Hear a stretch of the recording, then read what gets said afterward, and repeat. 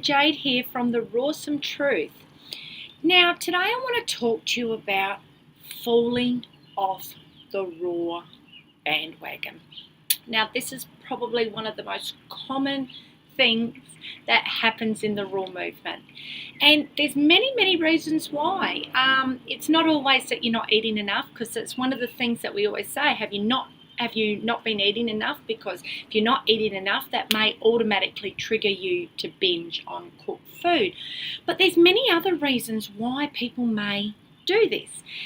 And stress can do it. I was speaking to a lady earlier and she was talking about, work stresses, things happening to your pets, family members, whatever it may be.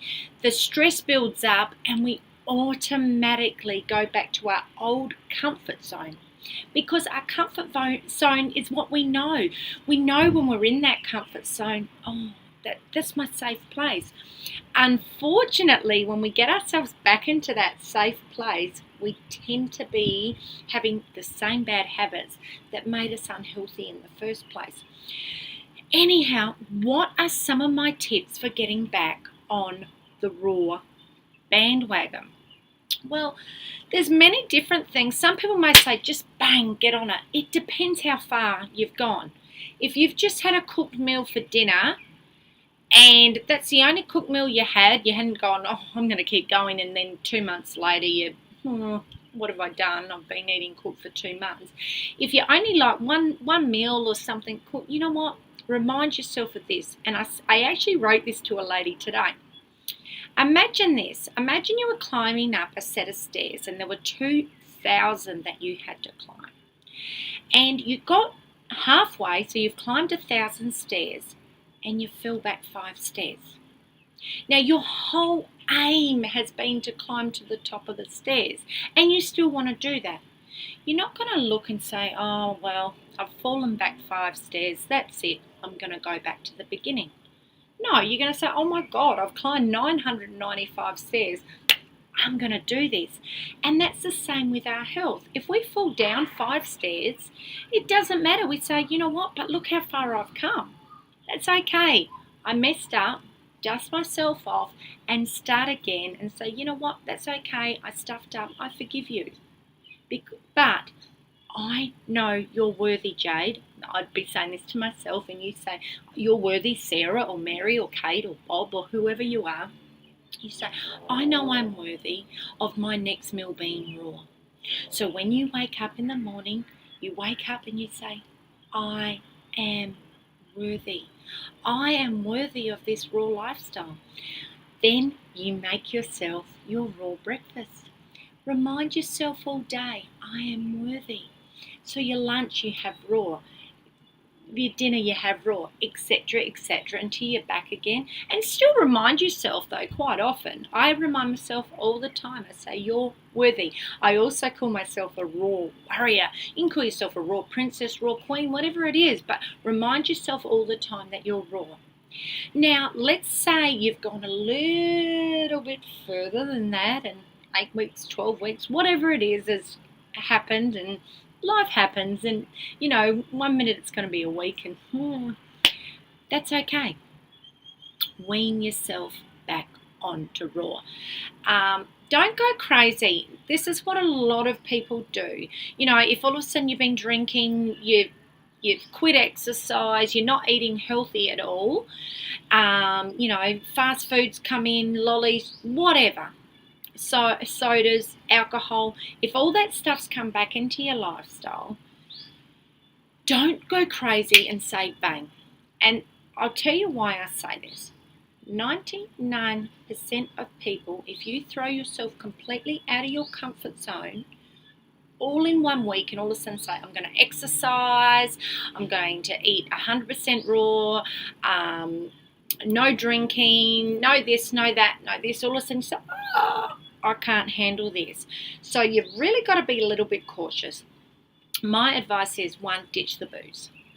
I'm never going to tell people to keep that in your life or wean yourself off it. That does nothing for any of you. So ditch the booze, and that's one of the key components of a raw lifestyle, is that you have a clean living sobriety life. So ditch the booze. Ditch the fast food. Ditch your grains.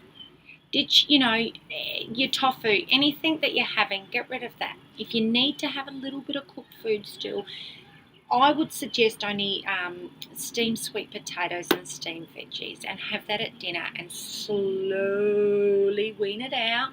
But when you're having that for dinner, don't not have raw on your plate, because I think that's the biggest trap. You get into that raw till full movement and you think, oh, it's okay and I can eat more potatoes and that. No, you don't want to get down that. So you're having your raw breakfast, and I think most people are pretty comfortable, especially if you've been on a raw life, of stepping into that. Lunchtime, I would suggest having a lot of fruit, but also having at least 4 to 6 cups of greens with it, so you're staying really satisfied. If you're hungry during the day, snack on fruit. Fruit's great. I also snack on celery sticks and carrot sticks because I enjoy them, but find what you like. I also like cherry tomatoes. Find what you like. But when it comes to dinner, if you decide that you just haven't got the mindset to step over to 100% raw yet, and that's okay. Not everyone can bang do that. I'm a person who needs to wean myself in, so I see it from that perspective. Have something like your steamed potatoes and your vegetables, but have a massive salad. Then bit by bit, you're going to wean out the potato, wean out the steamed veggies, and you are going to start adding, your big dressings and everything else until eventually you're like, wow, I'm back on 100% raw again. You can do it. Don't set yourself up for failure. Just do it at your own time. Give yourself a deadline. You might say, you know what, within 4 weeks I'm going to be 100% raw, so I'm going to wean myself in. And I think that's a great way to do it. Another thing I would suggest, and I've recently started doing this, I was posting gratitude on Facebook, then I saw a friend of mine doing it and I thought, I'm going to make this work for me, and I started a gratitude diary, but I add in my food, and I also add in there my health goals and my travel goals and my work goals, and I add it all in, and I'll put a picture of my diary in there so you can see. And what I do is I write 10 things I'm grateful for first thing in the morning. So once I've done that, I start to feel a little bit better, and even if you're scratching your little head, it's amazing what you can come up with, and you say, wow, I've got a lot of good things going on, and that really sets the mood for a positive thing. Then after that, I put in there my health goals, and I say, always number one, I put 100% raw, because that's what I am. I'm 100% raw, and that's what I want to be, and I remind myself of that daily. But I also put in there, need more greens if I've been, getting back a little bit on that, so I'll remind myself and put that on there. If I feel I'm not eating enough fruit, I haven't been eating enough, I might remind myself, Jade, eat more. If I'm not drinking enough water, remind myself of that. Whatever it is you need to remind yourself, put it in there. I have a section for my travel goals because that's my thing at the moment. I'm traveling. You could put it on there, your household goals or whatever it is. That's for you. You might have a holiday goal. Whatever's your thing, put that on there, and that sort of gives you something else to not just focus on your health. You can also put in your health goals, whatever exercise you've got, like if you're doing 20 minutes on the bike now, you might aim, I want to be at 30 minutes, whatever. Then I also put on there a positive affirmation. So just whatever works for you. You can Google health positive affirmations and you can find one. You might find one on, going through your Facebook thread. Make your own, like the other day. I am worthy of health greatness. Whatever. Just put it down there. One I did the other day, which I really loved, your light shines greater in darkness. So, when there's darkness, there's always your own light, and you can always make yourself shine. And it's just a nice reminder. So something like that. You can always finish it with, remember you're worthy.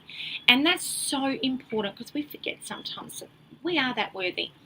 But on the other, so I do that on one page, but on the other page, I write down everything I eat.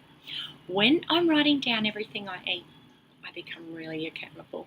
I just am. I'm one of those people that, oh my God, I'm writing it down. I am not writing down any gunk there. I want to write good stuff, and I won't lie because, look, it's up to you. You want to lie on there, you're lying to yourself. You're the only person who's going to probably read it. So I don't put lies on there. I don't lie to myself, and I don't not put things. So if I all of a sudden went off the rails, I would have to put it there, and I don't want that. So write down absolutely everything you're writing, and you say, wow, and look at how you're improving, especially if you are having a little bit of cooked stew in there. Look at how you're improving and say, wow, I was having like one big potato, and now I'm only like, I've got rid of that, and I'm only having half a cup of this, steamed spinach, but my aim now is to get that out too, and I'm going to be back on 100% raw. So you can really see over time how much you've improved. So if you ever have that one day where you're beating yourself up because you did slip up, remember that 995 stairs. Say, you know what? I can walk those extra 5 stairs, because my favourite thing to say to people is this: health will never be a sprint. It's always a marathon. And remember, we're always aiming to be the best version of us. We're not in competition with anyone else. The only person that we need to improve on is ourselves. So forget the noise, shut it out, and focus on being the best version of you. I'm Jade. This is the Rawsome Truth. Subscribe to my channel, like it, leave a comment, and remember, love life and live free. Bye for now.